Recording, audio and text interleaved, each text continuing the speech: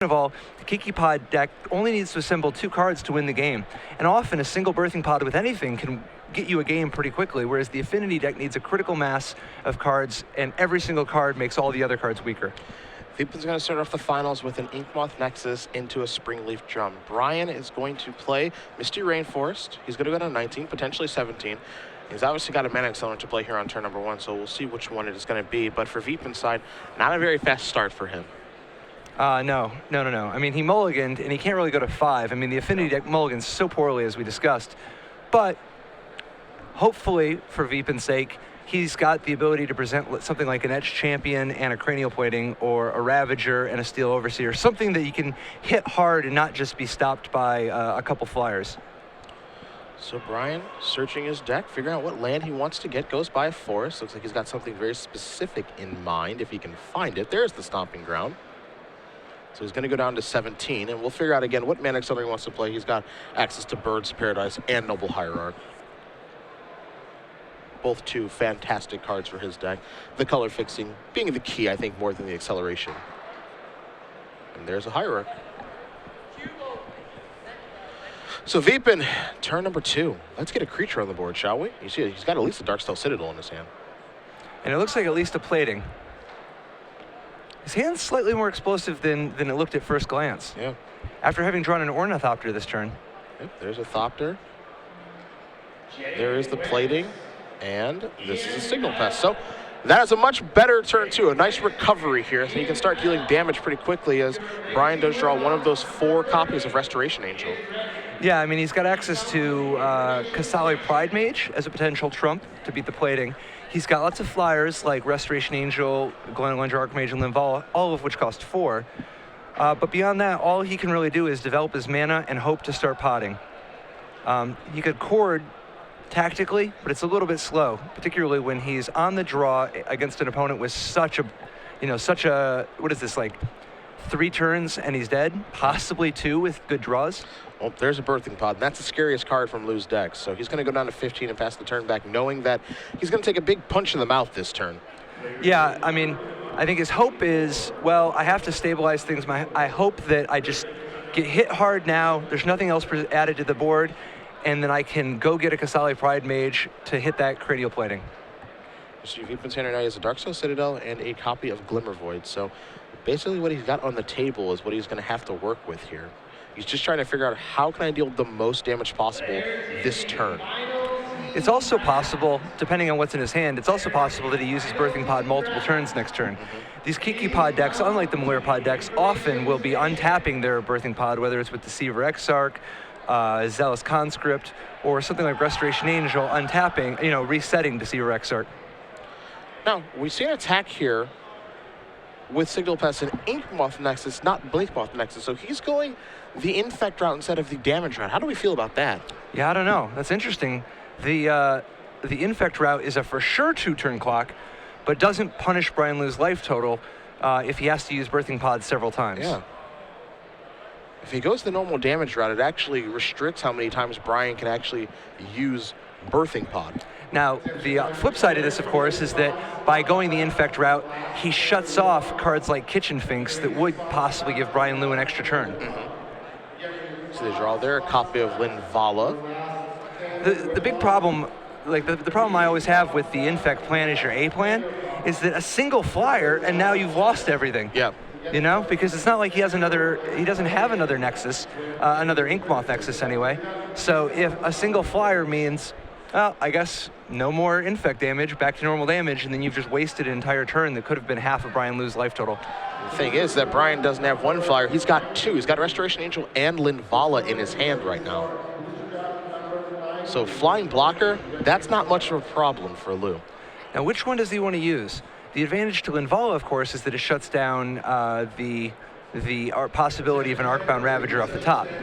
The advantage to a Restoration Angel, instant speed, and you still have the Linvala later, because whichever one you play now is going to die to the Cranial Plating. So Aaron Mason's going to go search out, looks like a Sacred Foundry, where Brian is giving this some consideration here. And this is why the Inkmoth Nexus attack looks a little bit more questionable now, because one of the things about Kiki Pot too is that the lands in their deck, they've got like this kind of volatile mana base, but it's also a painful mana base. Absolutely. I mean, if he'd done 8 damage instead of 8 infect, Brian Liu would be all the way down at 4. Yeah. So there is Linvala, Keeper of Silence. You see activated abilities of creatures your opponents control can't be activated. But I think more importantly, it's 3 powers what's going to matter here, because it's probably going to jump in front of an Inkmoth Nexus this turn. Now, if that's a Glimmer Void in his hand, as it looks like it might be, that means the Cranial Plating could potentially move at instant speed. Mm-hmm. You don't see the interaction a ton with Cranial Plating anymore, but there is a Glimmer Void hanging out. We'll see if Vipin does see that. If he fires up a Nexus, he can, instantly move the Cranial Plating over to a different creature. Now, this isn't this isn't like some easy decision by any means, because from the looks of it, he also has a Master of Ethereum, which is a powerful play that takes you down a very different kind of game. Master of Ethereum, very easy to block, but it makes his entire army into very dangerous threats. So Vipin considering his options here. Yeah, he's got a couple creatures that he could potentially use the Springleaf Drum on. He's got to weigh, do I want to be doing the whole move the plating thing around? Do I want to just put one guy in and not even bother moving the plating? Do I put the Master down pre-combat? Actually, I think the card in right now is actually a Vault Scourge. I don't think it's a Master. I'm not positive on that, but we'll see in just a second. Oh yeah. I think it actually has to be a Vault Scourge, because it doesn't look like he plays Z Master. That was the other Affinity deck we just saw. Yeah, Seagriss's deck had the Masters in it. So I believe Vipin's hand right now is that Glimmer Void that we saw a turn or two ago, and then a copy of Vault Scourge. So he's considering deploying Vault Scourge pre-combat right now at the cost of 2 life, which really doesn't matter very much to him at all. Now, when he starts taking some real damage, it will be Infinity Angels or Infinity Exarchs or Infinity Conscripts. Yeah. So there's the Vault Scourge. Going to go down to 18, pay the Phyrexian mana for the Vault Scourge. You see him slide that over to the Springleaf Drum immediately. It looks like he's probably going to use that in some fashion to fire something up. Again, we'll see exactly how he wants to go about using this, because Vault Scourge isn't attacking this turn. So it's likely its best use is providing mana off a Springleaf Drum. Oh yeah, definitely. And Cranial Plating onto the Ornithopter. Mm-hmm. Does he play the Glimmer Void pre-combat to threaten the move? He hasn't played a land already yet, right? Nope, has not played a land yet. He's looking at that Glimmer Void, and he is not going to play that pre-combat. So you see the count here for the artifacts. Ornithopter is a 1, 2, 3, 4, 5, 6 with the potential to become a 7-power creature. With a Nexus activation, of course. And it can actually become an 8. Exactly. Because you can activate the Inkmoth Nexus off of the Springleaf Drum Vault Scourge. So it can become an 8-power creature here for Vipin. Almost feels like you have to block anyway here to preserve your life total. It's not automatic. It just kind of feels like you need to block. Because then if you end up taking 8 and go to 4, you're a little bit scared of a card like Galvanic Blast ending the game. But it looks like he's going to take it. And I can understand wanting to take the damage here for Brian, because if Vipin doesn't have Galvanic Blast, what you can do now is you can play Linvala, have that on chump blocking duty next turn. He's got a Restoration Angel in his hand, and he can play Restoration Angel. He also has Kiki-Jiki in his hand. So he could combo off over the course of 2 turns. All he has to do is get one more turn without having to lose his Restoration Angel, and he'll have the combo, assuming he has 1 more mana. But it's not clear he actually has that kind of time. Brian pounds the top of his deck. What are you looking for, my friend? It's got a lot of live draws. I suppose Deceiver Exarch would get the job done, I believe. As Exarch could come into play, you can untap a land, you can untap something, and then turn that Linvala into a Kiki-Jiki, and that would end the game, as you would have infinite Exarchs. So that's one way to get the job done. Not sure if that's the exact card that Brian's looking for or not, though. Yeah, he's got a few different options that could all win it. I think he's trying to see, is there any chance it can win right here?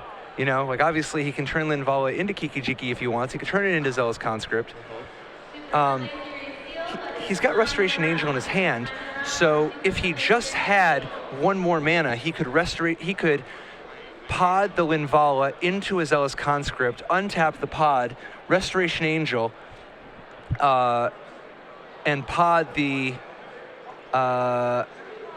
Angel into a Kiki-Jiki, but even then he doesn't have enough life because of that big hit he just took. And the chains here are pretty insane that Kiki Pod is capable of doing this is the tricky part. If you're very adept with the Kiki Pot deck, you know all of the different changes you can go through, and if you have a 1 and a 2, you can kill your opponent. If you have a 2 and a 4, you can kill them. So this is part of what comes along with Kiki Pot, is knowing all of the chains that can occur when you have a birthing pod, and how much life they cost, which is actually important too. Yeah, particularly when you're in these spots where not only do you only have 4 life to work with, which means only 1 cheat on the birthing pod, you also have to make sure you don't accidentally die to Signal Pest powering up some a Nexus or a Vault Scourge. Yeah.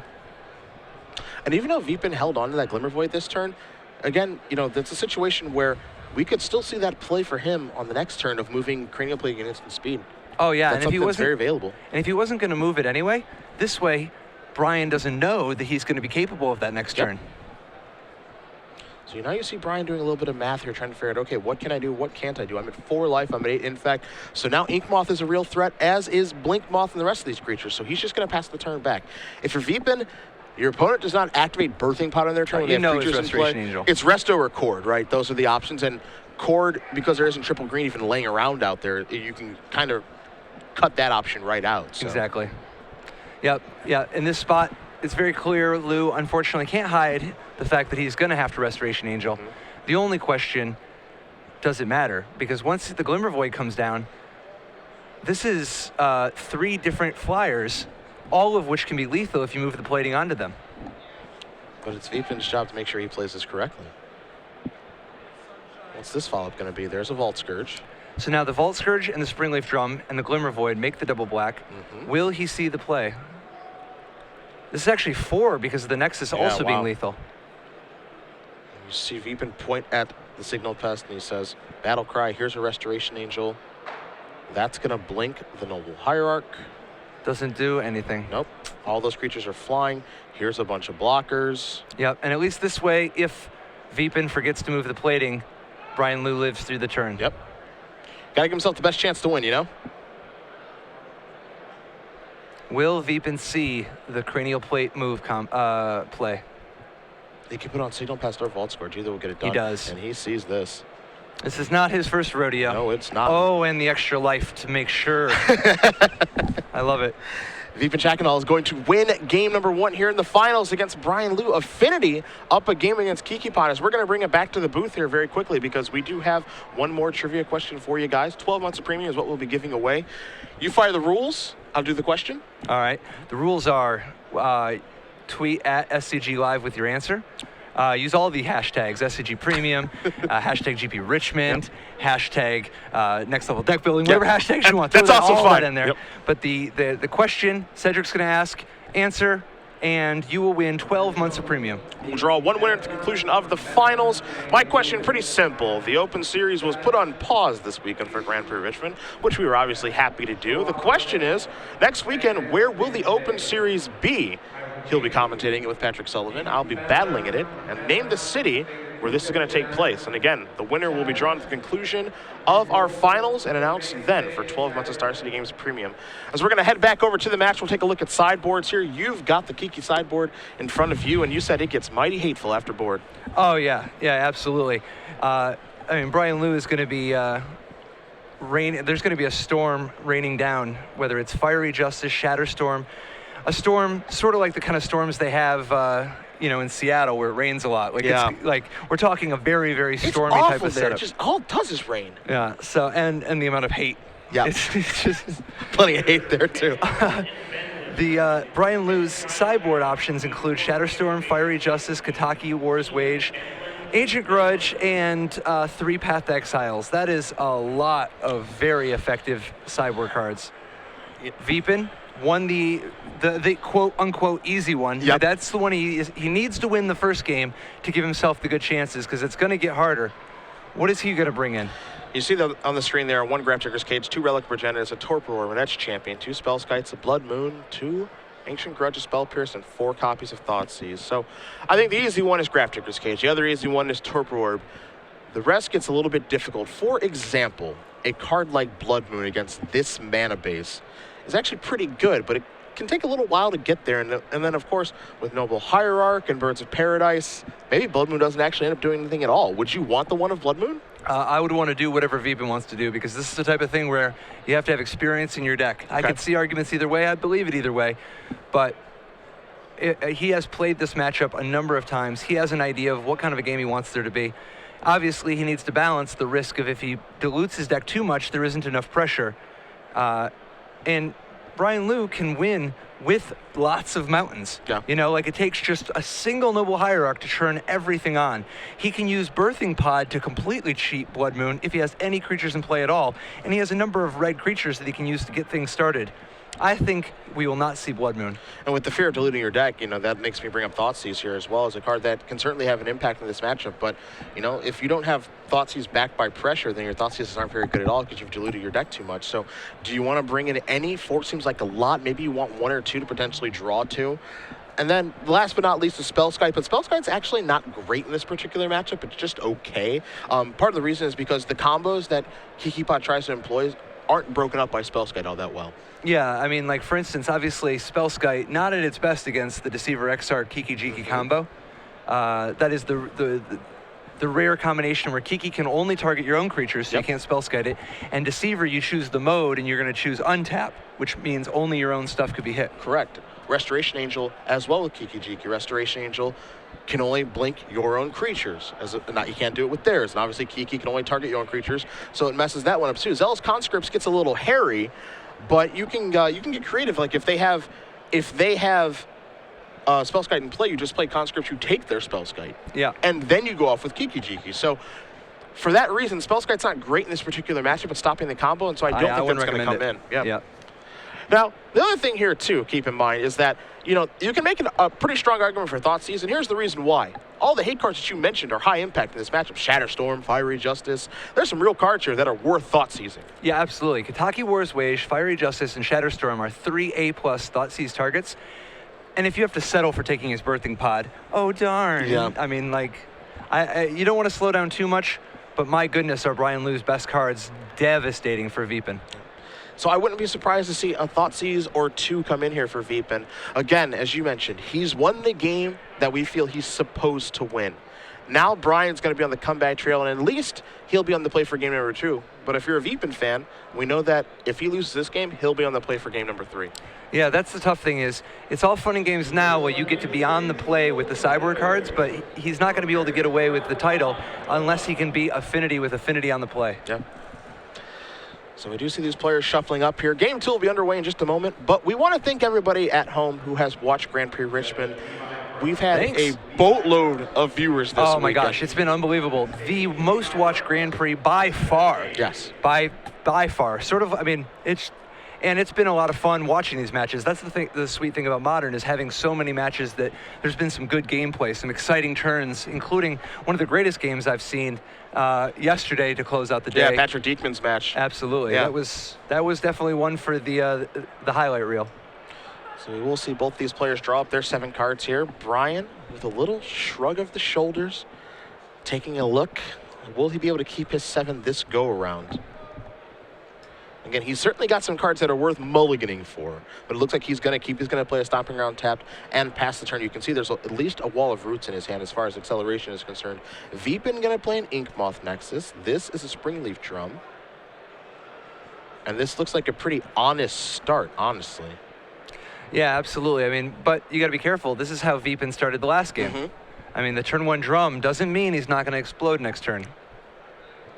Brian's going to play a Firelit Thicket. What do you think of playing the drum there instead of the Vault Scourge? Vault Scourge could have got in for a damage. It's not like the drum is going to even do anything. Do you think single points matter that much in this particular matchup? Yeah, I don't know. As opposed to getting a bunch of mana in play and then going kaboom and drop everything? It does increase the probability that Vipin can make a big play like Etch Champion or something on turn 3, but yeah. It just depends on the texture of his hand. Here's 2 mana. There's an Arcbound Ravager. So there's the 1 counter on the Beast artifact. Here's a follow-up. There is a Vault Scourge. Keep in mind, in Vipin's hand right now, he does have a copy of Galvanic Blast, does have the necessary artifacts for Metalcraft, so he's good to go on that front as far as a 1-mana removal spell goes. As Brian will untap, he'll take a draw. It's an Arid Mesa, which he'll put directly into play. What's Brian looking for besides the obvious Birthing Pod that he's always looking for? Yeah, I mean, Shatterstorm, Fiery Justice, Ancient Grudge, stuff like that. I think he wants to get that Arcbound Ravager off of the table as fast as he can. You don't want to let that thing start to do anything. And exerting an influence. Yeah, if Vipin gets to untap, then he gets to have control over his Ravager, where right now I don't feel like he has very much control over it at all. So if there are removal spells to be cast, I would like to cast them. As you see, Brian has a Spellskite in his hand. Spellskite's actually a very effective answer to Darkbound Ravager. Yep. When you use the trigger, you end up having to move it to the Spellskite. Yep. And it's not optional, right? Now, so what you can do with that is modular is a you may. So okay. What Spellskite will do is it'll be able to redirect the modular from Darkbound Ravager over to it, and then you can decline to actually use the modular from Darkbound Ravagers. But basically what it does is make Darkbound Ravager a much more fair creature. Definitely. Man, I remember when Darkbound Ravager used to cost 3 in playtesting. I was like, it costs 3? Oh yeah, for a while. Oh my gosh. Yeah. I didn't know that. That was a last minute change. Got to make sure that people are playing the modular creatures. That one worked out real well. So Vault Scourge getting in there. Things would have been a lot different during Mirrored and Block Constructed if that had been Disciple 3 the mana Vault spell. cost 2 also. Oh Wooden and my black. gosh. Yeah. The old Arcslogger deck actually would have been good then. Former national team member Henry Stern kept trying to say, you know, I think this Disciple of the Vault is just super, super good. But he was just mostly playing with ATOGs and Spell Bombs. Okay. But of course, he didn't have access to Ravager yet. So anyway, Brian Liu fetching up, is this Hallowed Fountain? That is Hallowed Fountain off the Arid Mesa. He's only going to take 1 to do that. So he's off to a much slower start. And to be fair, Vipin's off to a pretty slow start too. Now, it looks pretty innocent with that Springleaf Drum being the only thing that's untapped. But again, he does have Galvanic Blast in his hand.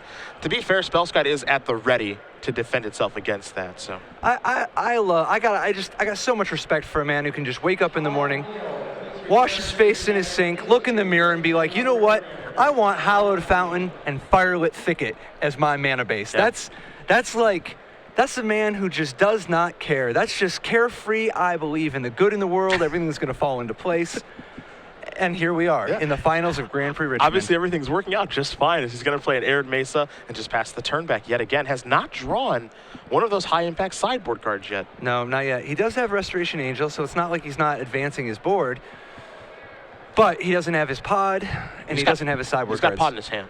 Oh, yeah. Well, the only reason he's not playing it then is either a Chord or he just thinks that the Angel right now is such a good play. He might actually win next turn. So what I think he's actually trying to do, Brian, I think he's trying to actually trap Vipin a little bit here, because he could have just played, you know, the pod and then activated, maybe not activated, whatever, because he's just passing the turn back. Now, yes, he could play Restoration Angel and jump in front of something, absolutely. But I feel like we could see a, you know, Vipin, do whatever you want to do, end of turn Restoration Angel, play a Birthing Pod, go nuts.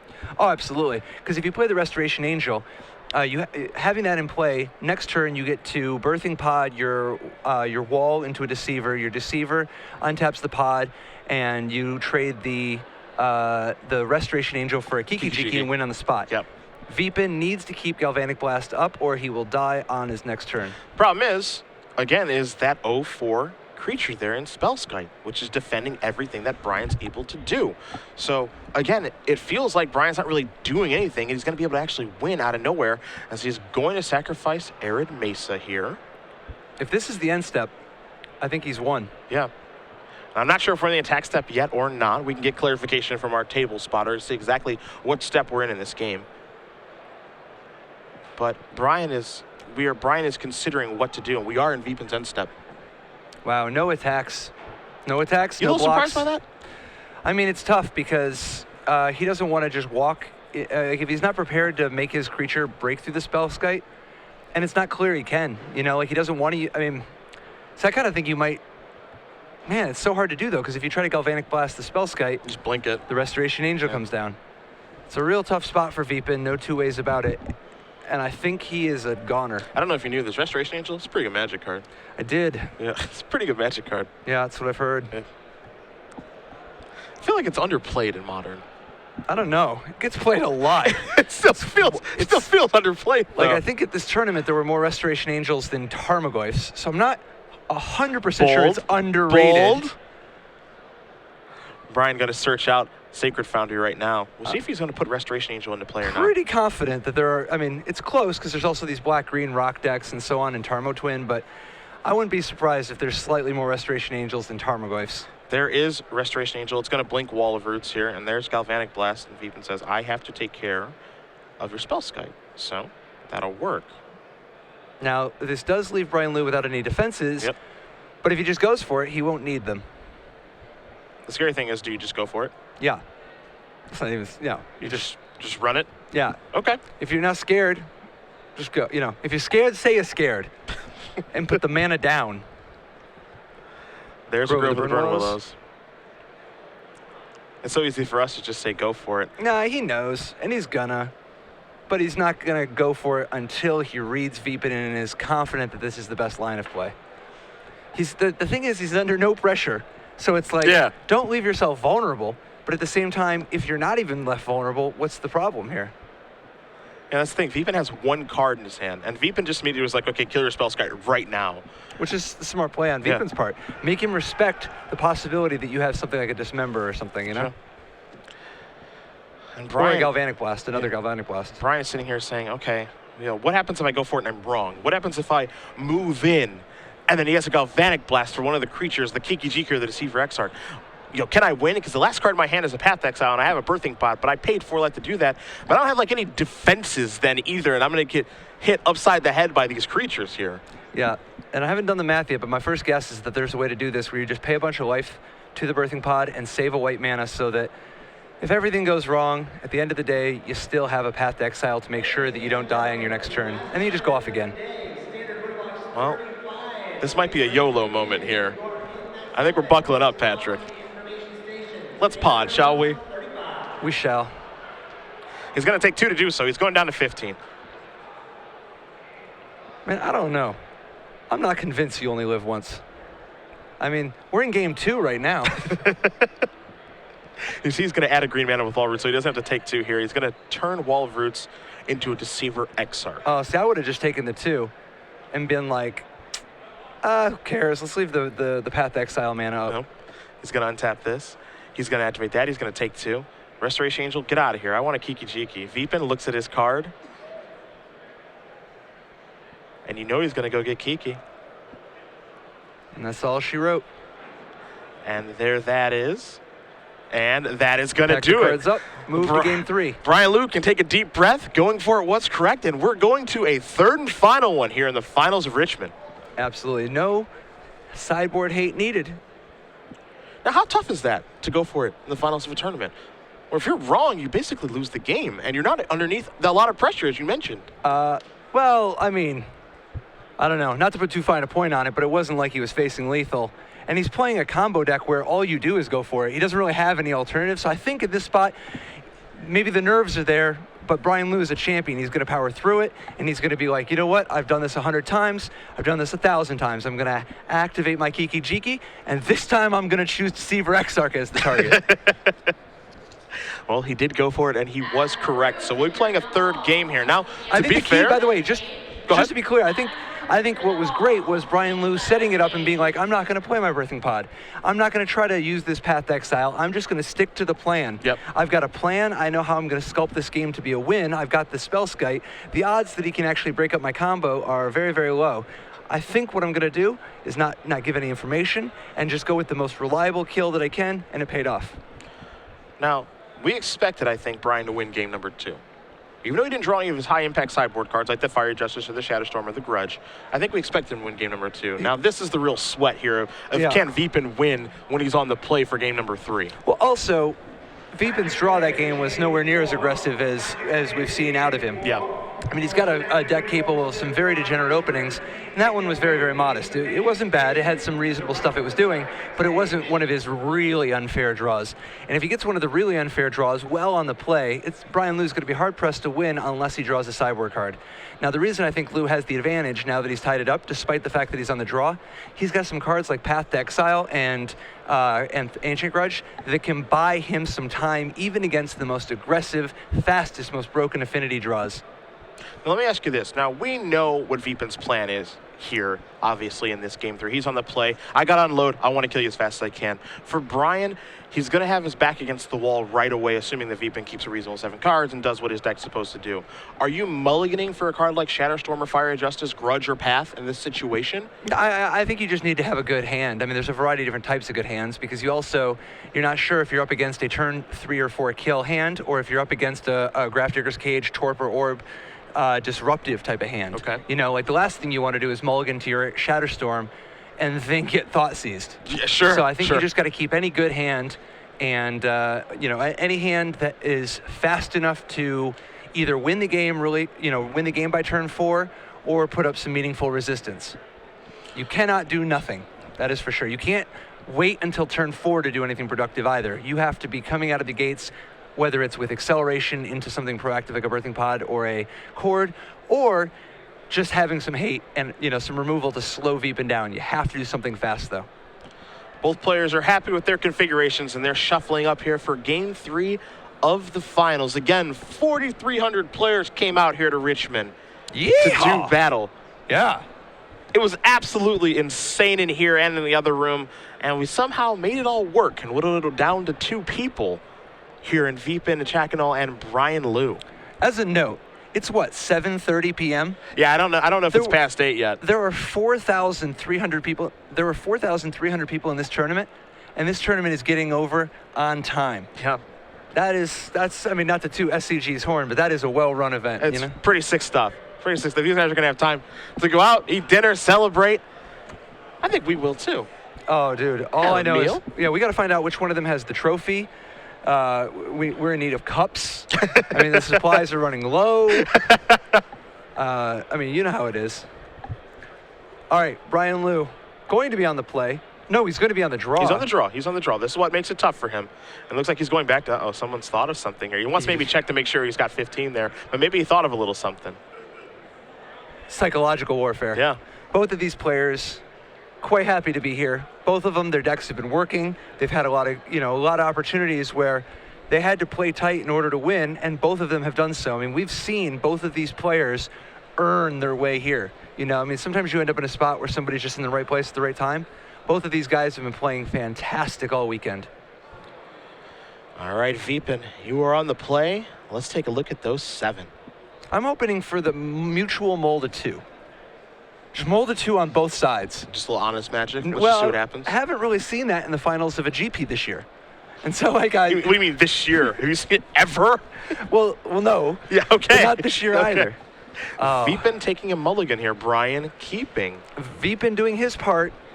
Brian, unfortunately, with the double cross. Yeah. If you're a Brian Liu fan, this is a huge step in the right direction. 1, he's keeping 7 and not mulliganing, but 2, his affinity player, and that deck does not mulligan very well. No. Going down to 6. No, this takes a lot of potential wind out of the sails of the. It's still capable of some extreme degeneracy, but this takes a lot of wind out of the affinity deck sails because so many of their best openings involve playing 5 or 6 cards, and the difference between 5 and 6 cards is a lot compared to 4 or 5 cards because sometimes that missing card is the mana you needed to play 2 more cards. Now, to be fair, Vipin did win on mulligan to 6 the first game. So, yeah, but that was a matchup where they both took a mulligan. Yeah, that's true. And the mulligans hurt much more after sideboard because cards like Path to Exile, Ancient Grudge, Fiery Justice, and Shatterstorm turn this into a much more attrition-y type match than it otherwise would be. Yeah. So Vipin's gonna have to find 6, and I feel like I want to stress the importance on he needs to find 6 because with affinity, mulligan at 5 is almost not an option. Like he needs to find a keepable 6. Oh yeah. Because once you get into 5 territory, you're just the interactions with your deck, just Metalcraft, being able to build that and stuff, it just doesn't really work when you're on a 5-card hand. You end up in the spot where you start hoping for some pretty specific hands, like some Thoughtcast type of hands with a lot of mana. It becomes real tough, and you end up just starting to hope that Brian Liu's deck fizzles on him. Well, there's a keeper. There's an island. That's a Vault Scourge. He'll take 2 to do it. This is real rough. At least he has the Mox Opal, but the tough thing here is that he has the 1 island, meaning Path to Exile is a total free roll for Brian. And Galvanic Blast, normally good, less good when in a mulligan type of situation because you don't want to trade 1 for 1 when you're affinity and you're down cards. Go over the Burn Willows. What a nice guy Brian is, giving Vipin a life in exchange for a Noble Hierarch. Yeah. That's real kind of the man. He's really just a nice guy. As Vault Scourge is going to come in. Vipin going to go back to a starting life total of 20. Brian will go down to 19. Here is another copy of Vault Scourge. So we're working our way towards a little something here. And Vipin will cast a Signal Pest. So a real clock is at least on the table right now. So what do you think of that, putting the Signal Pest down, which represents 2 extra damage, but at the expense of letting the Noble Hierarch live? Because he has the Galvanic Blast in his hand. Absolutely. He could have took a gamble and been like, well, maybe he's a little light on mana. because I think it's a little adventuresome to think that your Galvanic Blast is going to break up the combo, but it's very possible. And at least this way, you put Brian on a 4 or 5 turn clock with a piece of disruption. I think Galvanic Blast is kind of locked in on going upstairs to the dome this game. Oh, you think so? Yeah, like if he's made the decision, first of all, not killing the wall hierarch, like it's either A, breaking up the combo, or B, it's just going upstairs. And given the texture of his hand, I think this might just be this thing where, okay, I have to ratio, I don't really have much of an option, and we're just going to nug you and hope that maybe I draw another one and that'll be good enough. Yeah, like worst case scenario, use it as a backup answer to the combo, but hopefully use it as a time walk. Well, this is a pretty explosive draw from Brian. He's got a ton of mana. He's got a copy of Kiki-Jiki in his hand. I believe he also has a Chord of Calling in his hand. Now, can this deck kill on turn 3? Well, it's not going to win this turn, that's for sure. Well, that was turn 2. Can it kill on turn 3, though? The Chord deck? Yeah. Well, yeah, it goes and gets Kataki. Ah, yeah, that's a fun trick. That's going to be a... I had forgotten about that Now, that's trick. another reason to keep Galvanic Blast. That's true. That's true. Absolutely.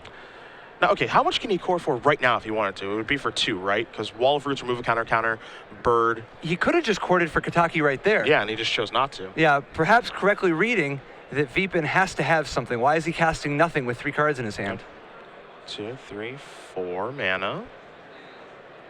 This, what is this? That is, oh boy. Brian Liu cast Shatterstorm. It was very effective. Your Grand Prix champion of Grand Prix Richmond, Brian Liu. Being the fun police for the fun police. It is, I mean, Affinity is a cruel, cruel mistress. It really is. Why can't the artifacts be regenerated? Why is that necessary? I mean, it's like the difference between Damnation and Day of Judgment, the difference between Shatterstorm and Creeping Corrosion. It's more of a, I'm old school. Let me show you how we used to do it. Okay. Welding jar? No. Let me send you a message, and that message is congratulations on your 2nd place finish. Yeah. Shatterstorm does resolve. Vipin's permanents go into the graveyard. He's left with just a lone island. I think that's why Brian kept his hand so fast, as Vipin's just going to play a Springleaf Drum. Yeah, I mean, hands with Shatterstorm and 6 other cards that are not covered in corrosive battery acid are generally snap keep in this type of situation. Aaron Mesa gonna go get out the Hollow Fountain. You can hear Brian Liu fans at home, Kiki Pod fans at home. They are very pleased. Now, he does need to get something going. He does have the Chord, but if he doesn't get something going, he's currently on an 18-turn clock. Yep.